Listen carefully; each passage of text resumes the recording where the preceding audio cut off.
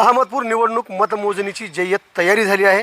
उद्या सकाळी 10 वाजेपासून मतमोजणीला प्रारंभ होणार असून जिल्हा परिषद व पंचायत समिती सार्वत्रिक निवडणूक 2026च्या अनुषंगाने मतमोजणीची तयारी पूर्ण झाली आहे। उद्या दिनांक 9 फेब्रुवारी रोजी सकाळी 10 वाजेपासून डॉक्टर शिवलिंग शिवाचार्य महाराज शासकीय औद्योगिक प्रशिक्षण संस्था अर्थात ITI अहमदपूर येथे मतमोजणीला सुरुवात होईल। निवडणूक निर्णय अधिकारी मंजुषा लटपटे व सहाय्यक निवडणूक निर्णय अधिकारी उज्ज्वला पांगरकर यांच्या थेट मार्गदर्शनाखाली प्रशासन सज्ज झाले आहे। मतमोजणी टेबल रचना कशी असेल हे सुद्धा आपण जाणून घेऊयात।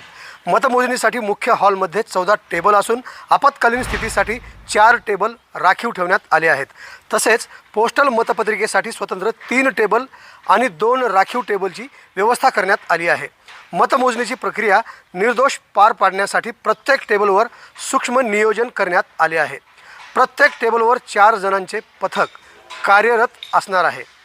एक क्षेत्रीय अधिकारी, एक मास्टर ट्रेनर, एक सहाय्यक कर्मचारी, एक शिपाई। महत्त्वाच्या जबाबदाऱ्या काय असतील हेही आपण पाहणार आहोत। स्ट्रॉंग रूम नियंत्रण नायब तहसीलदार संतोष अनर्थे व संजय भोसीकर।